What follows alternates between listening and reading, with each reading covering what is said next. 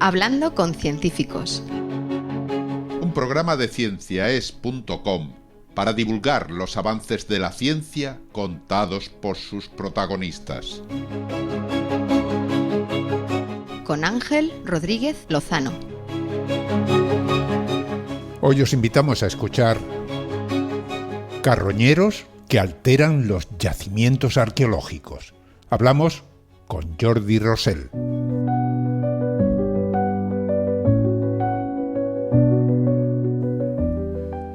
Imagina que eres un arqueólogo que excava el suelo de una cueva donde vivieron nuestros antepasados hace decenas de miles de años.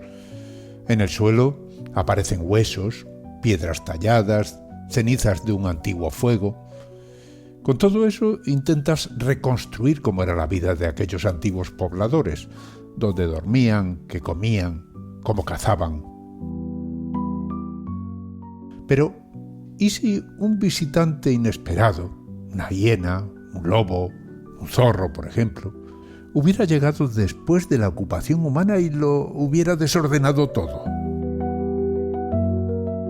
Eso es precisamente lo que se pregunta el equipo del proyecto Scavengers, un ambicioso estudio internacional liderado por el investigador Jordi Rosell, nuestro invitado en Hablando con Científicos.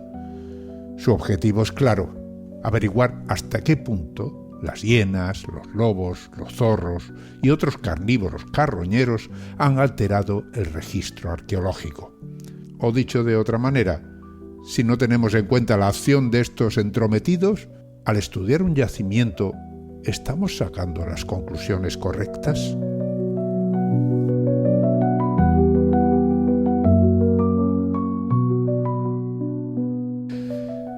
Hablamos con Jordi Rosell.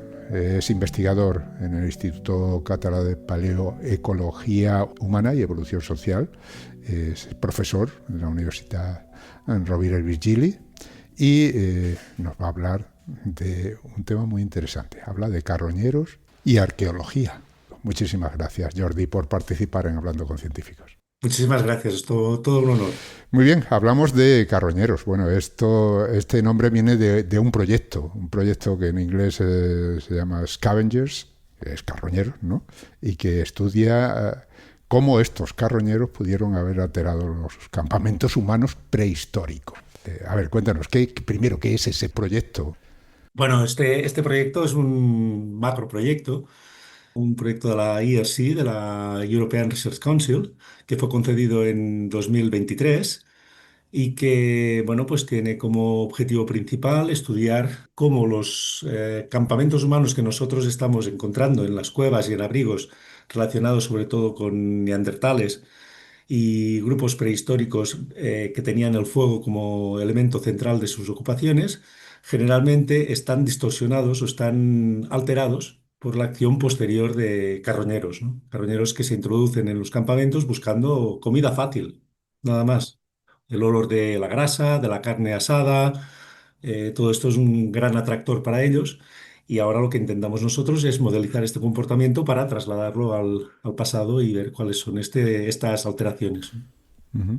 Bueno, desde luego, cuando hablamos de investigaciones de este tipo, en las que se van estudiando, pues eso, asentamientos prehistóricos, neandertales, etcétera, cuando se ven los fósiles siempre aparece por ahí, aparte de esos fósiles, digamos, que se andan buscando, que son de los humanos que allí había, siempre hay más animales y entre ellos pues aparecen por ahí hienas, aparecen leones, no sé, restos de otros animales. Lógicamente parece que la interacción entre ambos era continua, ¿no? Y constante en estas poblaciones. Mucho, mucho más de lo que pensamos, ¿no? Pero claro, el problema de este proyecto nace de una visión mucho más distinta de lo que sería la prehistoria, ¿no? Hasta el momento, ¿no? Nosotros tenemos un puzzle de no sé cuántos millones de piezas y aún no hemos construido ni el marco. Entonces, cada vez que estamos aquí introduciendo elementos para explicar cómo podían vivir estas comunidades humanas o cuál era el comportamiento o cómo ha ido evolucionando, porque al final esta es la pregunta clave, ¿no? ¿Cómo ha ido evolucionando nuestro comportamiento hasta llegar a nuestros días? Nos encontramos con que toda esta diapositiva que tenemos es muy borrosa. totalmente distorsionada y entonces hay que empezar a buscar otros elementos que nos permitan o que contribuyan a enfocar esta diapositiva o por lo menos que ayuden a completar el puzzle este que estamos montando. Y ese es, bueno, pues se nos ocurrió estudiar la prehistoria desde la visión de un carnívoro o de un carroñero en este caso. Y la verdad es que, bueno, nos hemos encontrado con un filón porque se ha abierto una caja de Pandora. Es decir, las interacciones, como tú muy bien has dicho, son constantes, son de muchos tipos. Las hienas siempre están presentes, los osos, los lobos, los leones, las panteras, los linces y sobre todo los más olvidados, los pequeños carnívoros, ¿no? En este caso estoy hablando ya de zorritos, de tejones, que también tienen su papel y también interactuaron con los humanos en su día. Claro, cuando vosotros estáis desenterrando esos restos en un yacimiento, tenéis muchísimo cuidado de ir quitándole las motas de polvo, apuntando en qué sitio aparecen, identificando en qué capa e intentando ponerle, digamos, fecha a eso. Pero claro, eso es como lo encontramos ahora. Si ahí han intervenido todos esos actores que acabas de mencionar, lo que se obtiene al final es una nube de incógnitas, ¿no? Porque no sabemos qué ha pasado por ahí. No lo sabemos y ahora mismo, claro, bueno, sabrás mejor tú que yo, ¿no? Pero la ciencia cada vez es más, está más interrelacionada, o por decirlo de algún modo, los campos cada vez son más difusos. Y en una disciplina como todo lo relacionado con el pasado, pues cada vez hay que interactuar con otros científicos más que parecen al principio que dices, bueno, ¿esto a qué viene, no? Hay que empezar a introducir matemáticos, hay que empezar a introducir físicos, químicos, por supuesto, y hace tiempo que trabajan, la inteligencia artificial. Hay que empezar a hacer una arqueología mucho más predictiva, mucho más prospectiva, en el sentido de que ahora mismo, por ejemplo, pues estos carroñeros que están interviniendo no dejan rastros, son los auténticos fantasmas de los campamentos. Nos están robando material arqueológico. Y nosotros tenemos que saber, gracias a estos modelos que estamos haciendo, cuáles son estos elementos que faltan en los campamentos humanos, que nos han robado los carnívoros y que nos están distorsionando precisamente lo que nosotros sabemos sobre los campamentos humanos del pasado. Bueno, pero investigar algo que ha ocurrido hace miles, cientos de miles, millones de años, es muy complicado, porque tenéis que reproducir eso, ¿no? Porque esto es un experimento, lo que estáis haciendo realmente, lo que habéis hecho. Es un experimento de ver qué ocurre, pero ahora. Sí, es verdad. Pero el tema del actualismo siempre tiene este problema, ¿no? No podemos reproducir nunca las mismas condiciones del pasado. Ni siquiera las hienas eran iguales. O los osos de las cavernas ya han desaparecido. Piensa que nosotros os ha llamado la atención el experimento con las hienas, pero estamos trabajando con osos en el Pirineo, estamos trabajando con lobos en León y estamos también trabajando con pequeños carnívoros en varios sitios. Claro, el reproducir un campamento neandertal cuando no se es un neandertal ya es un problema, porque estamos haciendo una imagen ideal, pero es la única posibilidad, la única aproximación que podemos hacer. Pero en este caso concreto, en el nuestro, a mí no me preocupa esto, porque lo que estamos haciendo nosotros ahora mismo es abrir camino. Esto no se había hecho nunca. Nunca se había visto los campamentos humanos desde la visión de un carroñero, ¿no? Y lo que nosotros queremos con este proyecto, y yo creo que ahí es donde la Unión Europea puso un poquito de énfasis, es en iniciar una nueva línea de investigación que es completamente novedosa, que tiene muchas posibilidades, ya no solo para la arqueología, sino que es completamente transversal, porque eso también puede ser aprovechado para otras disciplinas, como, no sé, se me ocurre gestión de medio natural, por ejemplo o para ecólogos que estén relacionados con el tema del carroñeo y que eran también, bueno, pues la gestión de la fauna silvestre. Hay muchas más posibilidades, ¿no? Incluso la taxonomía forense, ¿no? Que al fin y al cabo es con la que más relación tenemos nosotros, ¿no? O sea que, bueno, pues este tipo de trabajos yo creo que esta es la finalidad real, ¿no? Muy bien, cuéntanos, a ver, ese trabajo, ¿cómo lo habéis hecho? Porque os habéis ido nada menos que a Tanzania. ¿Por qué Tanzania, para empezar? Porque hay hienas. No, es muy sencillo, es muy sencillo. Podríamos haber escogido cualquier país africano, pero por suerte o por desgracia tenemos uno de los grandes equipos de arqueología del Estado español que está trabajando en Old Dubai. Ellos promovieron que hubiera un centro de recepción de investigadores en ese yacimiento, ¿vale? Que se llama IDEA Old Dubai.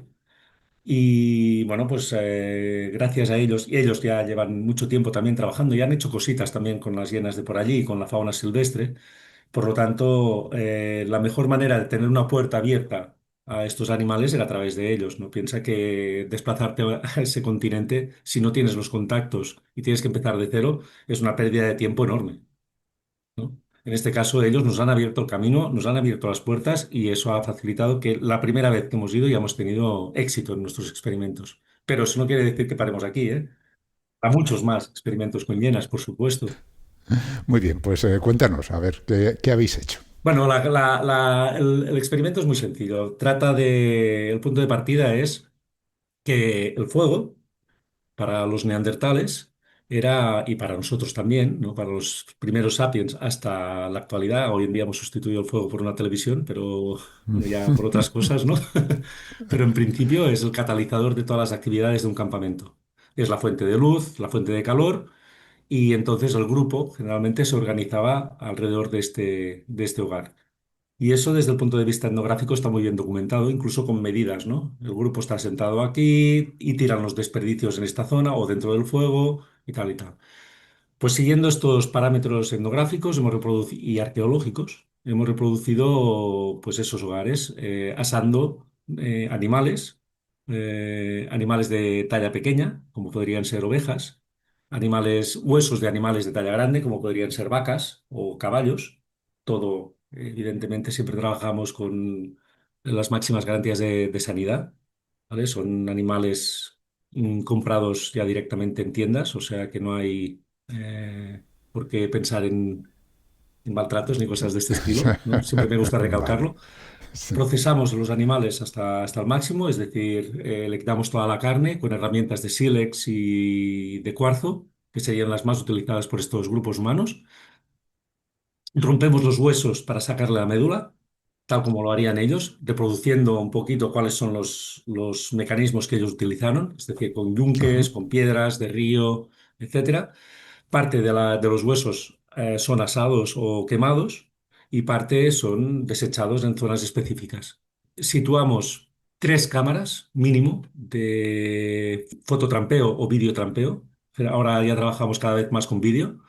Dos que estén enfocando directamente sobre el hogar y una que enfoque todo el plano general. O sea que ese hogar lo habéis hecho en imagen y semejanza a lo que habéis encontrado en yacimientos Sí, arqueológicos, ¿no? sí, sí, sí. Al final lo que acaba apareciendo en el hogar es más o menos lo que nosotros hemos visto o intuimos que podía haber habido en los yacimientos O sea que arqueológicos. hay restos de rama que han ardido, piedras, Sí, sí, sí. etcétera, y sobre eso ellos han cocinado, digamos, una pieza de caza. Y vosotros estáis reproduciendo eso más o menos como pensáis que lo hicieron ellos, ¿no? Sí. Ajá, ajá. Ahí está el primer fallo, como has dicho tú antes, por el tema del actualismo, porque seguramente ellos tendrían otros mecanismos de descarnación o lo que sea, pero nosotros lo que nos interesa es el tema de los huesos, Claro. ¿no? Y eso sí que, como los huesos se conservan, sabemos muy bien cómo son las técnicas de fracturación, ¿no?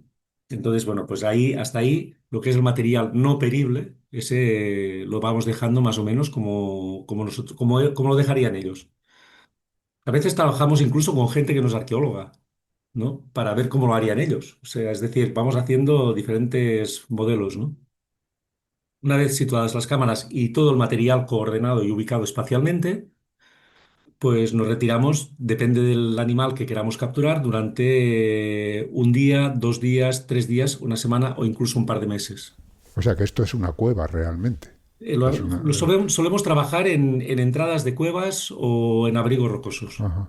O sea que ahí lo dejáis todo preparado, Sí, os vais, dejáis las cámaras funcionando para que graben cualquier bicho que entre, podemos decir, cualquier ¿no? bicho que entre, efectivamente. Sí, porque es que en el pasado era igual, cualquier bicho que entre. El tema no es... también otra de las cosas que solemos hacer es intentamos trabajar, previos permisos obviamente, en lugares donde la frecuentación humana sea muy, muy baja o prácticamente inexistente. Me refiero a parques naturales o lugares donde no hay presencia humana prácticamente, para que no haya ningún tipo de interferencia en el comportamiento de esos animales, o no lo haya habido. Y bueno, al cabo de 2 o 3 días volvemos, revisamos las imágenes, evidentemente. Sabemos con las imágenes quién ha sido el fantasma que ha entrado en el yacimiento, porque, bueno, luego coordenamos lo poco que ha quedado. Y digo el fantasma porque la mayoría de los carnívoros lo que hacen es robar. Cogen cosas y se van, ¿no? Pues es una cuestión que ya viene descrita en la idea original del proyecto. La idea original del proyecto viene de releyendo a los clásicos, ¿no? Que es una de las cosas que yo recomiendo a todos los investigadores que hagan de vez en cuando, porque las preguntas que nos hacemos hoy en día vienen de alguien, ¿no?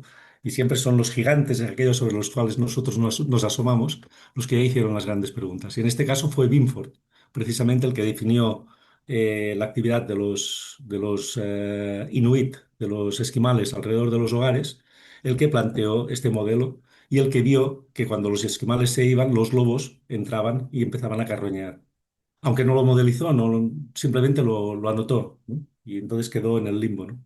Y de ahí viene la idea, ¿no? Este es un poquito el tema de los experimentos que estamos haciendo y por qué los estamos haciendo. O sea que ahí llegáis, veis las imágenes y empezáis a ver quién ha entrado, ¿no? O qué ha entrado y qué suele entrar. O sea, porque habláis de hiena, pero supongo que no serán solo las hienas, ¿no? Bueno, la hiena es muy poderosa. La hiena en una noche ya estaba todo hecho. Hecho, dado y Sí. bendecido. Me resultó curioso, a ver, estamos con las hienas, solamente hemos conseguido 4 experimentos aún, ¿no? Porque estamos iniciando el proyecto, pero me sorprendió el miedo que tenían. Y luego ya me lo contaron. Las hienas son las principales enemigas de los masáis, ¿eh? Y los masáis las persiguen. Entonces, claro, todo lo que huela a humano es muy atractivo porque son muy curiosas, pero saben que pueden cascar. Que ¿Sí? huelen el peligro, Sí, claro. sí, efectivamente, ¿no? Entonces, bueno, pues con más razón, o sea, son hiperdestructivas en el sentido de que no les da miedo enfrentarse a un hueso de un animal grande, como puede ser una vaca. En el registro arqueológico hemos visto animales mucho más grandes, ¿no? Que han sido mordidos y carroñados por ellas, pero cuando cogen un hueso de vaca, lo destrozan, ¿no? Quedan astillas pequeñas de la diáfisis solamente, las epífisis, por supuesto, desaparecen. Los animales pequeños ni rastro, prácticamente ni rastro. Y como fantasmas que son, a veces nos han dejado alguna señal de su paso por allí, un recadito, en forma de heces en las cenizas del hogar, Ajá. ¿vale? Este es el animal que, de momento, a mí más me, bueno, más me ha gustado pillar, ¿no? Pero el que más me ha sorprendido ha sido el lobo. Y te diré por qué. El lobo lo estamos trabajando en Cabrera, en León, en la provincia de León. Ujú. En un valle estamos trabajando allí con unos compañeros que son ecólogos de diferentes universidades, vinculados a todos de un mismo equipo. Ellos llevan muchos años poniéndoles carroña y haciendo una investigación sobre el mundo de la carroña para el tema de gestión de fauna silvestre y todo el cuento. Y siempre nos habían dicho que el lobo sería muy difícil porque son muy esquivos y son muy miedosos. Bueno, nosotros la primera noche que les pusimos un experimento ya entraron. Ellos estaban como ojipláticos, ¿te imaginas, no? Claro, a ellos les estaba gustando un montón y nosotros la primera noche ya les enseñamos unos lobos que más que lobos parecían perritos jugando con los huesos, ¿no? Retozando en las cenizas y bueno, y jugando entre ellos, ¿no? O sea, una cosa que como si no tuvieran miedo de los humanos, ¿no? Claro, no, no sabemos, ellos tampoco saben a qué se debe, ¿no? Que a ellos les cueste tanto y a nosotros nos hubiera costado tan poco. Igual es el escenario, ¿no? Porque ellos, claro, tienes que pensar que a los lobos muchas veces se les ha envenenado con carroñas, ¿no? Igual hay un poco de memoria genética con esto, ¿no? Pero en cambio el pastor siempre ha hecho su fuego, se ha tomado su desayuno, ¿no? Igual el lobo sabe que eso no es malo, ¿no? No tenemos ni idea, pero la verdad es que nos quedamos tremendamente sorprendidos. Y de los diferentes animales que entran, ¿cuáles son los más activos, los que más lío organizan? Los zorros, como animales oportunistas que son, nos están entrando día sí día también en todos los experimentos y son, bueno, hay que condenarlos por multireincidentes. Porque tenemos uno grabado que entraba cada 10 minutos, cogía un hueso y se lo llevaba. Cogía otro 10 minutos más tarde y se lo llevaba en dirección contraria, ¿no? Y así iba haciendo pues montañitas de sus huesecillos entre 100 y 200 metros del campamento que habíamos montado, ¿no?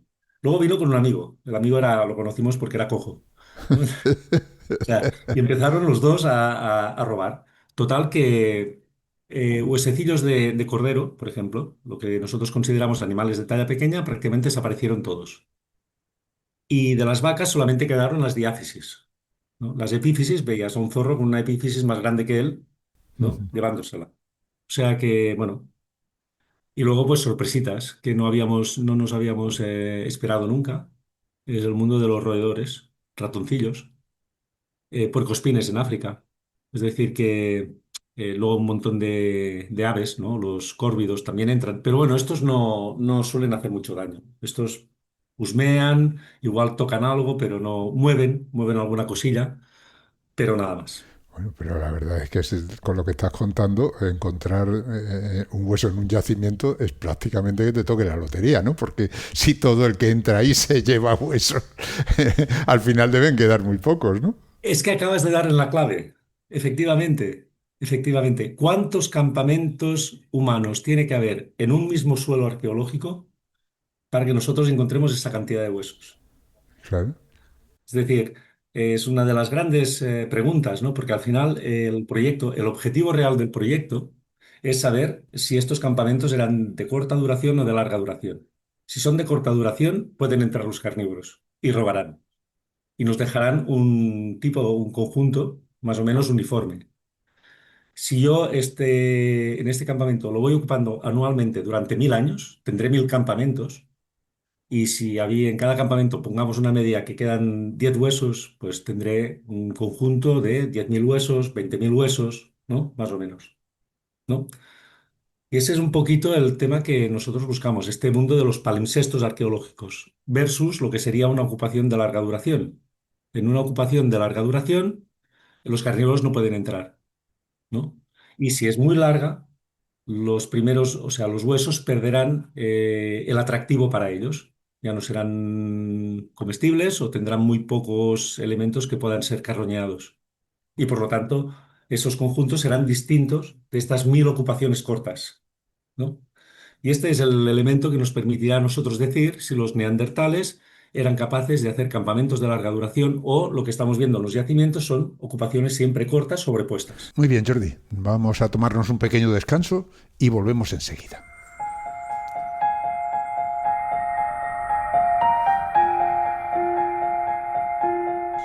Estáis escuchando Hablando con Científicos, un podcast de cienciaes.com para divulgar la ciencia de la mano de sus protagonistas.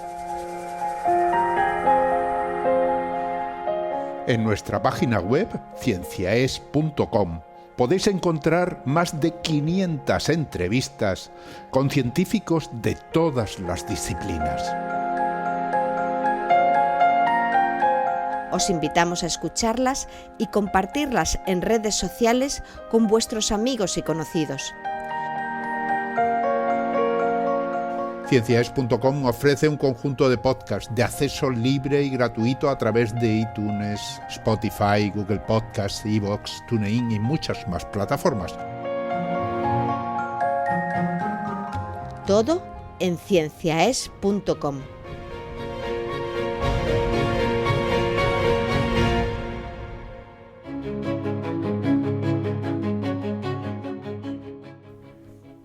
Continuamos hablando con Jordi Rosell. Es investigador en el Instituto Català de Paleoecología Humana y Evolución Social y profesor en la Universidad Rovira i Virgili. Es investigador principal del proyecto Scavengers, del que estamos hablando.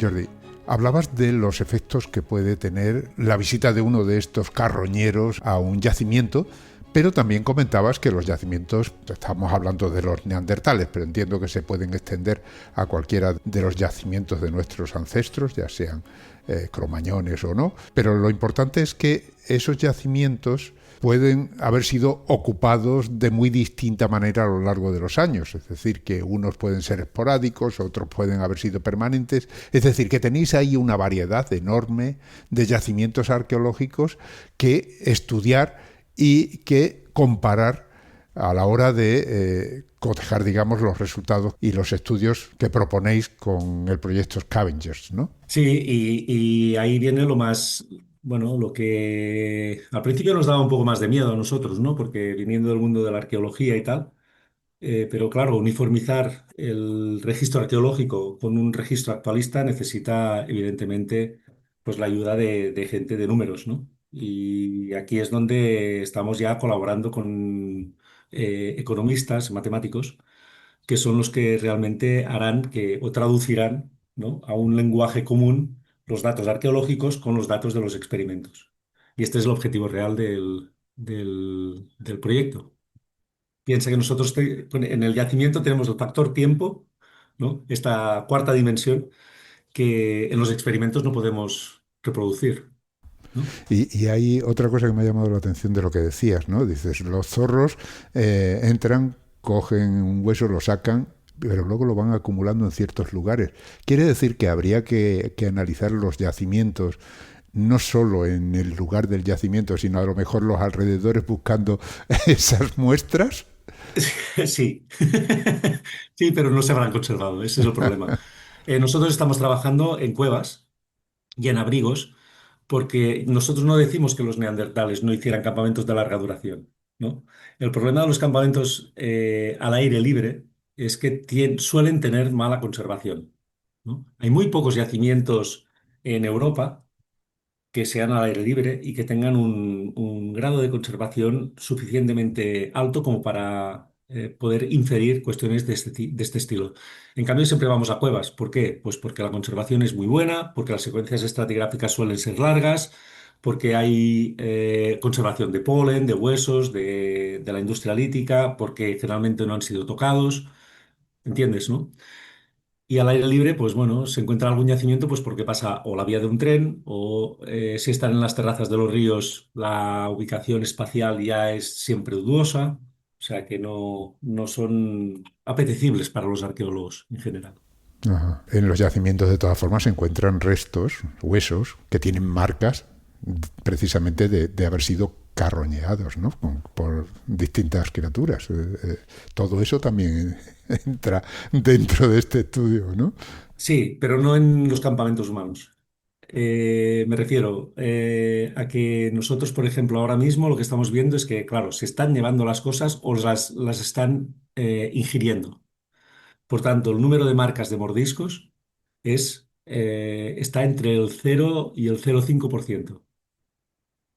Claro, cuando nosotros en los yacimientos tenemos un montón de marcas de carnívoros, empieza a pensar en cubiles, en lugares de hábitat de carnívoros, ¿no? Que están llevándole cosas a los cachorros, generalmente hienas o quizás lobos, para que empiecen a mordisquear, empiecen a utilizar los dientes. Y allí sí que son muy frecuentes los mordiscos. Aquí tenemos un abanico de morfologías que para los taxónomos es el paraíso. Bueno, o sea, al final lo que tenéis ahí es un montón inmenso de datos, ¿no? Porque vais día tras día grabando, viendo lo que ocurre, cada carroñero, digamos, tiene su forma de actuar, ahí tenéis que diferenciarlo, tenéis que comprobar qué es lo que queda una vez que han pasado por ahí, es decir, hay un montón de datos. Bueno, también hay un montón de datos en los yacimientos arqueológicos que se van excavando, ¿no? Claro, toda esa información, tú lo has dicho, eso necesita un tratamiento, eso ya no es una cuestión de una persona que esté con un bolígrafo y una goma de borrar, ¿no? Pues eso ya no se usa, pues casi no se usa, ¿no? Y necesitáis la ayuda de gente que sepa manejar esos datos, ¿no? O sea, Sí, sí, sí. Bueno, el objetivo, y claro, siendo una IRC, evidentemente todos estos datos tienen que estar en abierto. No aún, porque estamos aún preparando todo el sistema y decidiendo a ver en qué repositorios tendremos que poner las bases de datos, pero también lo que queremos es no solo animar a arqueólogos a que sigan aumentando la cantidad de datos con experimentos en otras zonas, en otras regiones y con otros animales, sino también que, bueno, pues que haya gente que realmente quiera trabajar con datos, que se atreva a utilizar estos datos y a ver qué les sale también a ellos. Porque al final nosotros estamos haciendo esto para hacer unas interpretaciones sobre el mundo neandertal o sobre el mundo de los grupos humanos prehistóricos, pero también se puede aprovechar para otras cosas. uh-huh. De los datos obtenidos, me imagino, ¿no? Vosotros vais recogiendo esos datos, vais observando cómo se comportan esos carroñeros, pero al mismo tiempo tenéis en la cabeza una serie de registros arqueológicos que han sido excavados, incluso que habéis excavado vosotros, ¿no? Imagino que la cabeza empezará a volar, ¿no? Y empezará a reinterpretar esos datos. ¿Es así? El proyecto ya hace muchos años que está madurando en la cabeza. Esto no es un no parar y efectivamente tengo en la cabeza muchísimos yacimientos, algunos que son los de que nosotros comentamos como yacimientos de altísima resolución, ¿no? Para el mundo de los neandertales, como pueden ser el Abric romaní o los yacimientos de Gibraltar, ¿no? Que son yacimientos que son cubiertos muy rápidamente, ¿vale? Y por lo tanto los eventos registrados son muy pocos o pueden ser muy pocos, ¿vale? Y luego tenemos yacimientos que tienen una resolución menor. Pues ahora mismo nosotros, por ejemplo, venimos de excavar en Teisoneres, acabamos de descubrir varios hogares relacionados con estos humanos y obviamente no solo yo, sino la gente del equipo, cuando estaban viendo los huesos, pues ya estaban viendo los experimentos, ¿no? Efectivamente. Ya unas ganas de llegar a casa y que pase el verano para empezar a introducir los datos y ver en qué se parecen, en qué no y todo el cuento, pues sí, sí, sí, hay muchísimas ganas. Bueno, habéis hecho ese experimento en Tanzania, decíamos, tenéis experimentos parecidos aquí también en España. Imagino que también el lugar interviene. Quiero decir que cuevas, hablamos de una cueva con un hogar, pero cuevas hay de muchos tipos y hogares también de muchos tipos. Y además si hablamos de neandertales, a lo mejor hay una diferencia entre unos y otros de miles de años. Quiere decir que la variedad también importa en ese sentido, ¿no? Los yacimientos originales, por lo tanto, vosotros también tenéis que introducir ahí variedad en el experimento, ¿no? Sí, sí, y no podremos nosotros acabar con todo. Por eso he dicho al principio que esto es un inicio. Nosotros estamos sentando las bases de una línea de investigación que espero que muchísima gente se anime a seguir. ¿Que es complicado? Sí. ¿Que lleva muchísimos años de entrenamiento antes de que tú puedas empezar a hacer los experimentos y tengas la solvencia para que sean exitosos? Claro, nosotros empezamos a trabajar con los osos en el Pirineo en 2009 y hasta el 2014 no empezamos a ver al primer oso. O sea que en ensayo-error hay mucho detrás de eso. O sea, no. Y cuando nos sentimos preparados es cuando aplicamos a la propuesta para que nos dieran el proyecto. Es decir, que hay una línea de trabajo larga que ha ido madurando con el tiempo hasta que al final ha surgido pues la idea bien concreta, ¿no? Y hemos sido capaces de obtener la subvención, ¿no? O sea que no es una línea sencilla, pero sabemos que hay muchísima diversidad, que hay muchísimos bichos por estudiar, que los neandertales evidentemente no eran iguales, pero también sabemos que hay una serie de patrones que no van a cambiar, ¿no? Que son la fisiología de los animales y el interés que tienen los humanos en esa carne. Y que los carnívoros también tienen una fisiología específica para acceder a unas partes anatómicas o a otras. El tema del comportamiento, evidentemente, eso es más esquivo. Como lo has dicho previamente, ¿no? Hay una amplia historia de estudios arqueológicos en los que se han interpretado ya yacimientos durante mucho tiempo. ¿Hay que reinterpretarlos ahora a la luz de lo que vosotros estáis descubriendo? ¿Hay que volverlos a estudiar? Efectivamente, claro, y ahora reivindico el papel de los museos. Por eso guardamos las colecciones, para que cuando surjan ideas de este estilo, las colecciones puedan ser reinterpretadas, ¿no? Revisitadas y reinterpretadas. Y del mismo modo que espero que el día que ya no estemos, ¿no? Alguien vaya a los yacimientos que nosotros estamos excavando y nos digan o piensen lo, bueno, lo ingenuos que éramos, ¿no? O lo inocentes que fuimos, ¿no? A la hora de excavarlo de este modo y no de este otro, porque podíamos haber obtenido otros datos, ¿no? Eso es ley de vida y eso tiene que ser así, ¿no? Pero eso no desmerece todas las interpretaciones que se han hecho hasta ahora, porque en prehistoria se ha avanzado muchísimo. Es una disciplina relativamente joven, porque el mundo del evolucionismo no es que sea muy antiguo, evidentemente, y yo creo que ahora mismo hay que aprovechar. Y además, en este país tenemos equipos muy buenos y eso es reconocido por la propia Unión Europea. Entonces, bueno, pues tener equipos muy buenos y con mentalidades muy abiertas es lo que nos puede hacer muy potentes. Bueno, hablamos del proyecto Scavengers, que viene ahora. Bueno, ahora lo que viene es disfrutar del proyecto.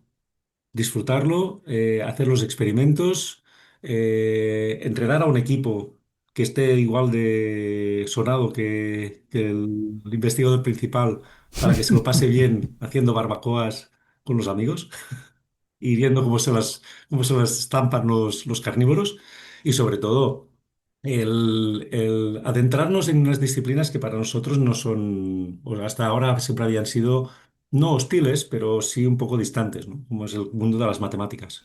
Es un Ya, reto. bueno, claro, hablas del mundo de las matemáticas.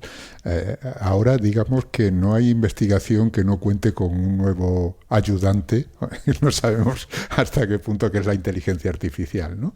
Ahí también tendréis en cuenta esto, habrá, porque claro, si hablas de manejar muchos datos, ahí juega un papel importante, ¿no?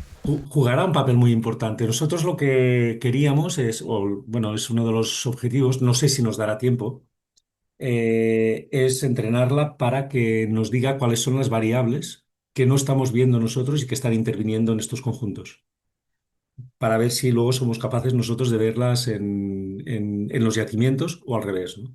Eso es la principal idea que nosotros tenemos para que las máquinas nos ayuden, ¿no? Es decir, ellas son capaces de ver lo que no vemos si se entrenan de modo adecuado. Pero claro, también somos conscientes que si nosotros lo que queremos es hacer una serie de tests que puedan ser aplicados en los yacimientos y que te diga este conjunto ha sido carroñado o no ha sido carroñado, eh, esto puede llevar mucho tiempo, ¿no? De momento necesita muchos datos, no los tendremos cuando se acabe el proyecto y los modelos que podremos hacer aún serán afortunadamente manuales, ¿no? Es decir, nosotros sabremos cómo se han elaborado y sabremos cuáles son los datos que está sacando a partir de lo que le estamos dando. A la larga, si conseguimos muchísimos más datos, evidentemente seremos incapaces de manejarlos. Necesitaremos el uso de la inteligencia artificial para que los maneje. Y ahí, bueno, pues vamos a ver qué nos dice. Vamos a ver qué sale, ¿no? Sí, sí. Pasa que para mí la inteligencia artificial, que es una herramienta fabulosa, pero como es una caja negra que no sabes qué es lo que está pasando dentro, ¿no? No sabes por dónde va a salir, ¿no? Bueno, es muy interesante, pero claro, hay que entrenarla muy bien, hay que ser muy buenos y aquí habría que poner un equipo muy potente de gente que supiera muchísimo. Y mirando ya hacia otro lado, ¿no? Cuando te encuentras con un arqueólogo clásico, y vas con tus ideas que él a lo mejor no ha tenido en cuenta o no ha tenido en cuenta en esa dimensión en la que vosotros estáis manejándolo. ¿Cómo se toma esa conversación? ¿Cómo os ve? Los arqueólogos somos hienas por naturaleza, envidiosos. No, no, no. De momento todos los inputs que he tenido han sido siempre muy positivos. El proyecto, en el momento que nació, lo he presentado en diferentes congresos internacionales y la gente siempre, claro, la pregunta es, ¿cómo vas a introducir el factor tiempo? ¿No? Entonces, cuando le dices matemáticas, es cuando todo el mundo da un paso para atrás y dicen, bueno, tienes el dinero para hacerlo, esperamos los resultados. Y eso es lo que la respuesta más habitual. ¿Te han llamado de algún yacimiento que no, en el que no participaras diciendo, oye, me interesa que le echéis un vistazo a esto desde ese punto de vista? Sí, sí, afortunadamente, bueno, estamos en contacto con los franceses del sur y ahora mismo vamos a introducir también los yacimientos para tener todo lo que es el arco mediterráneo en el proyecto, los nuestros propios, evidentemente, y estos yacimientos que no eran esperados. Y ahora, pues, un par de colaboradores este verano irán allí a visitar los yacimientos también y a consultar las bases de datos. Ellos están muy interesados porque efectivamente es un mundo nuevo y son muy, bueno, están expectantes para ver si somos capaces de dar un paso más en prehistoria, no por nada más. Sí, sí, están Muy, sí, interesadísimos. sí, muy interesante el tema. La verdad es que yo creo que se va a hablar mucho de esto en un futuro. Sí, bueno, yo lo que sí veo es eso, ¿no? Yo también lo pensé al principio, ¿eh? Digo, aquí en este mundillo de hienas, nos van a llover mordiscos por todos lados. Vamos a ser carroñados inmediatamente. Pero yo creo que la gente cada vez es más consciente de que tenemos que ir hacia la ciencia en abierto y que no se puede hacer el Gollum con los yacimientos arqueológicos, ¿no? Porque al final el que acabas quedando mal, el que no pasarás a la historia o el que pasarás mal a la historia serás tú. Dentro de los carroñeros, pues claro, tú lo has dicho, has mencionado carroñeros que nosotros conocemos ahora, ¿no? Las hienas, los lobos, los zorros, los tejones, no sé, una Mm. serie de eso. Pero en aquellos tiempos de los neandertales había otros que ya han desaparecido, no sé, no sé si entonces existían los dientes de sable o no, pero vamos, a mí me suenan algunos animales que vivían por aquellos tiempos que también eran carroñeros, ¿no? Y que a lo mejor el comportamiento era parecido en unos aspectos y distinto en otros, ¿no? ¿Eso lo habéis estudiado? Bueno, esa es otra rama. O sea, nosotros ahora mismo estamos con esto, pero el mundo de la interacción humanos carnívoros en el pasado siempre ha sido mi línea, mi dirección, ¿no? Y este es simplemente uno de los aspectos. Evidentemente, el tema comportamental de otros animales es muy difícil. Ahora mismo, nosotros que estamos excavando un yacimiento de osos de las cavernas, cada vez que apuntamos a alguna cuestión específica de este animal y su comportamiento, tenemos que justificar muy bien que lo que nosotros hemos visto a nivel actual es un oso pardo y que poco tiene que ver con él, pero que lo estamos estudiando porque es el pariente más cercano y el único que nos puede dar pistas de su comportamiento, aparte de lo que podamos interpretar en el yacimiento arqueológico, pero sí. Pero también te diré más, es que no es lo mismo una hiena del Serengeti que una hiena del Gorongoro, y son las dos actuales. Y no sé cómo sería una hiena que en su hábitat tuviera osos o lobos. Es decir, que hay unas interacciones ecológicas que también nos estamos perdiendo. Y por lo tanto, ningún tiempo pasado es comparable con el actual. No es que fuera mejor, ¿eh?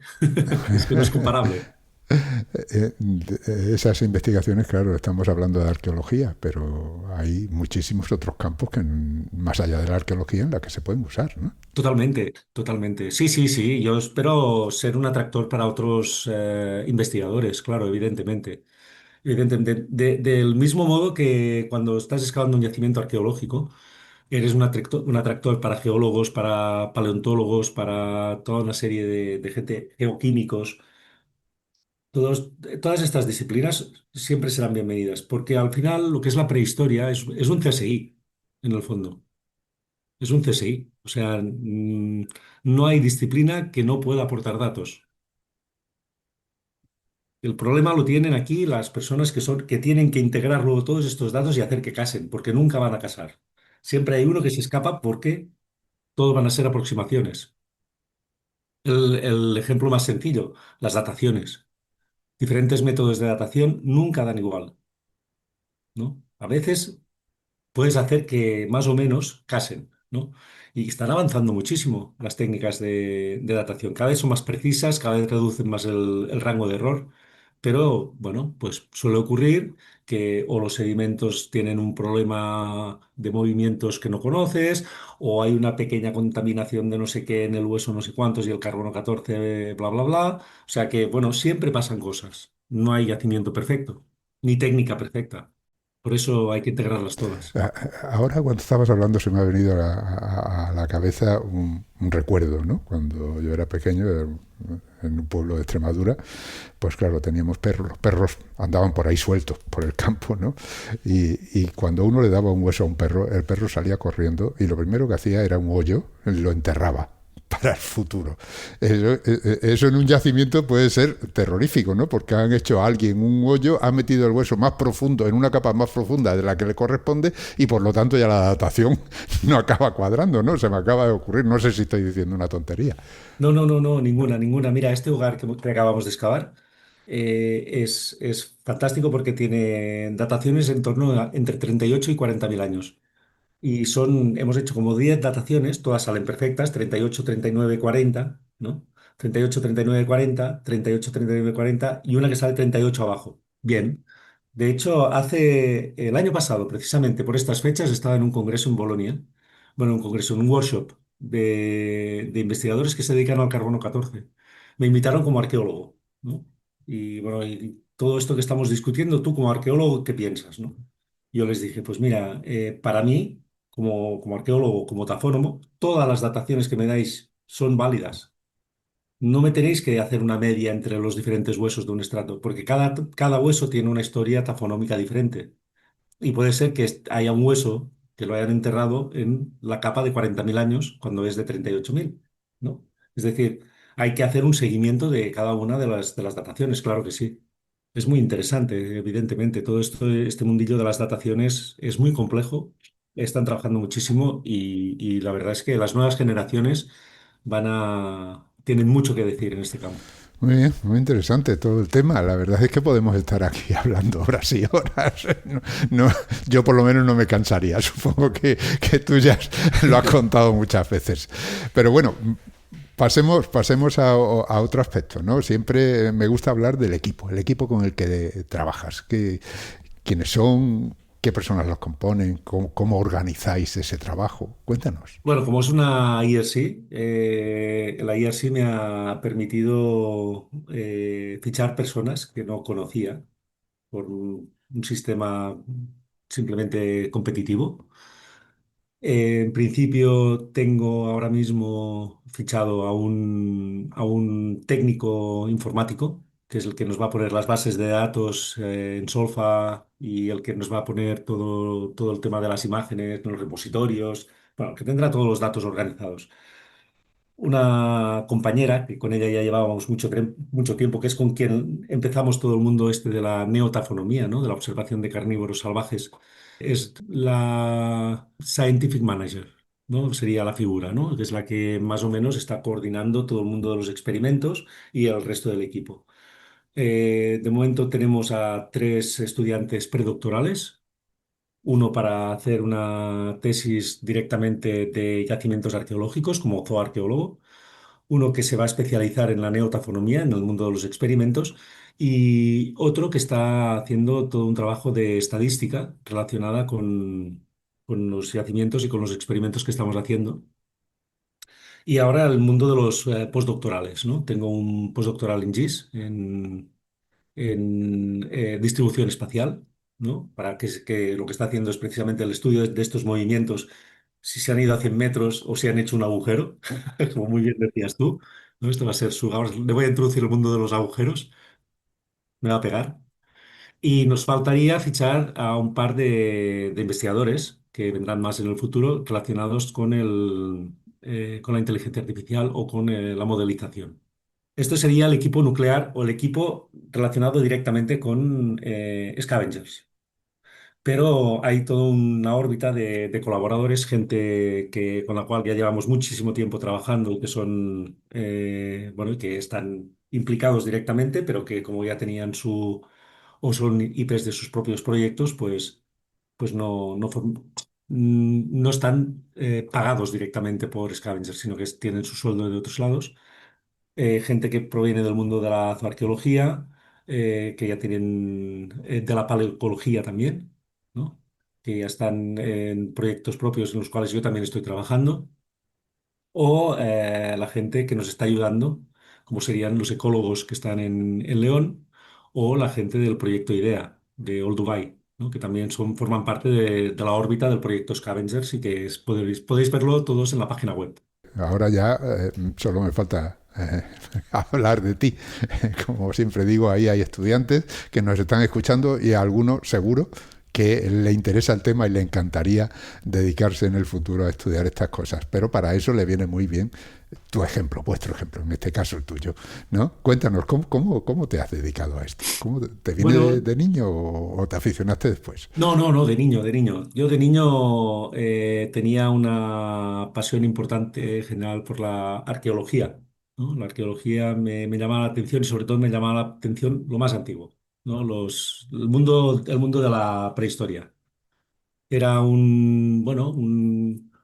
no sé si por el romanticismo que me despertaba o no sé de dónde me viene la pasión por la prehistoria, porque no tengo soy un chavalillo que nació en un pueblo del Pirineo y sí que me ha servido mucho después el ser niño de pueblo para la observación de diferentes cosas que pueden haber ocurrido en la prehistoria, ¿no? Entonces, bueno, pues sí que le recomendaría a la gente más joven que cualquier experiencia puede ser reciclada para cualquiera de sus estudios. Yo en mi caso concreto, por ejemplo, la observación era que cuando estábamos en casa y hacíamos una pequeña barbacoa, los gatos se veían atraídos, ¿no? Y cuando ves que esto ocurre y ves los hogares prehistóricos y luego lees un clásico que dice que los lobos se acercan a los hogares, es cuando juntas cables y dices, ¿cómo puede ser? ¿Cómo puede ser que nadie haya estudiado una cosa tan sencilla de ver, ¿no? Luego vas viendo que lo complicado que es estudiar esto. Sí, pero Pero de bueno, entrada. la pregunta ya surge. Y si tú encuentras una buena pregunta, la investigación viene sola. Pero tuviste que convencer a alguien de que te ibas a dedicar a esto, ¿no? Sí, sí, bueno, claro, eso ya es otra cosa. Yo cuando en casa dije que yo me iba del pueblo, que me iba a estudiar, que quería ser arqueólogo y que me quería dedicar a la prehistoria, bueno, pues no, me apoyaron enseguida, muy bien, este es tu camino. Y cuando vieron que poco a poco me iba abriendo camino y que, bueno, que las cosas iban saliendo, pues no sé si puedo decir que se han sentido orgullosos, pero el apoyo ha sido unánime. Y ahora, pues efectivamente, ahora ya como investigador principal de un proyecto de este estilo, ya en una fase bastante avanzada de mi carrera, pues la verdad es que miro hacia atrás y pienso que he tenido un montón de experiencias vitales viviendo en el mundo de la arqueología que quizás no las hubiera tenido de otro modo, ¿no? De viajes extraños, ¿no? No viajar de hoteles ni en cruceros, sino viajar a otros lugares que nadie va a ver, ¿no? Es algo que no se paga con dinero. Muy bien, muy interesante. Bueno, pues aquí nos tenemos que despedir con el dolor de mi corazón porque seguiría hablando contigo muchísimo más tiempo. Y el mío también. Más adelante, cuando tengas más resultados, cuando quieras comunicarlos, yo estaré encantado de escucharte y imagino que los que nos están escuchando en este momento también. Así que estás invitado a volver cuando quieras. Muchísimas gracias por el honor de estar con todos vosotros, por poderos contar el proyecto, por el interés que habéis mostrado. Y ya lo sabéis, si tenéis ganas de venir a visitarnos, pues os invitamos a una barbacoa. Estupendo. Muy bien, pues pondremos en la página web la dirección de Scavengers del proyecto para que el que esté interesado en ampliar conocimientos que vaya allí. Y nada más, pues lo dicho, muchísimas gracias y hasta la próxima. Hasta la próxima. Pues hemos hablado con Jordi Rosell, es investigador en el Instituto Catalán de Paleoecología Humana y Evolución Social y profesor de la Universidad Rovira i Virgili y investigador principal del proyecto Scavengers.